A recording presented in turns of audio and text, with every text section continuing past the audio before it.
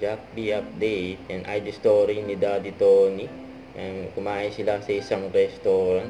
And sila Barbie Fortesa, Jack Roberto, Daddy Tony at Mami Amy. And family dinner. And hindi lang family dinner, double date pa. You know, sila Barbie at Jack, Daddy Tony at Mami Amy. And masaya silang magkakasama. Family dinner. Siyempre kasama si Jack, you know.